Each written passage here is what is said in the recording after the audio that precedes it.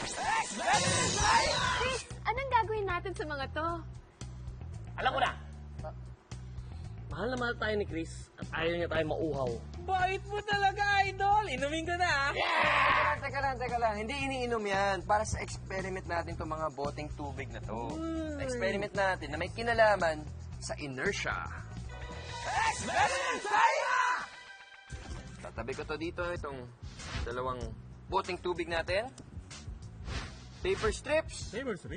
At itong mga bariyang to.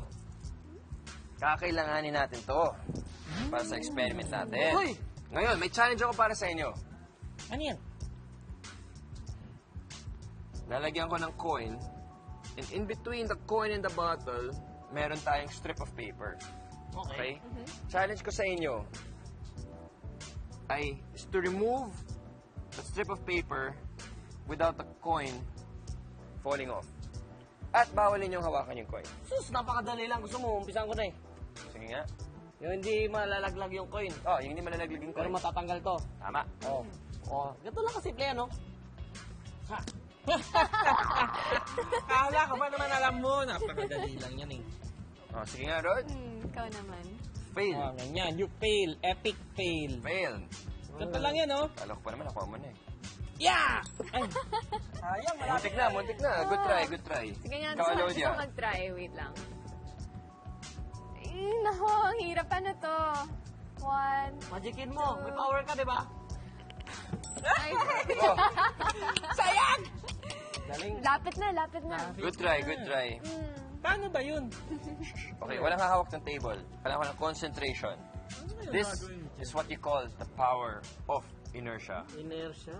Watch. Ano ang gagawin yan? Galing, grabe. Diba? O, level up natin ng konti, ha? Sige! Dagdagan natin ng barya. limang piso. Power of inertia.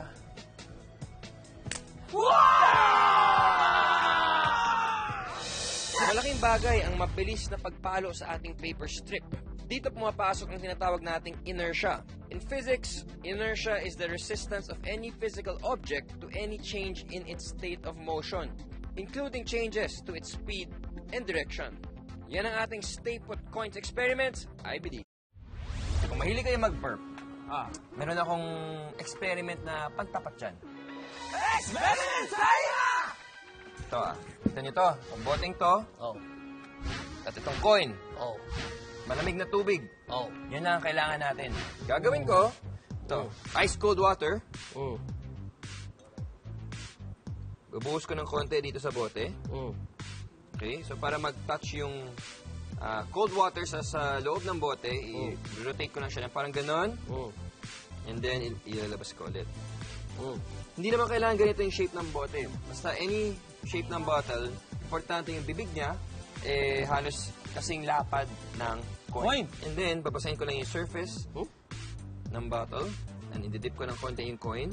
And then, James, please rub your hands. Apat. Oh, balat mo. And then, may fats ka eh. hahawakan mo ng ganyan ang bote. Hawakan mo sa surface, sa gilid ng bote. Okay na yan. Gently. Look closely at the coin. Whoa! Whoa! 3. Galing ko!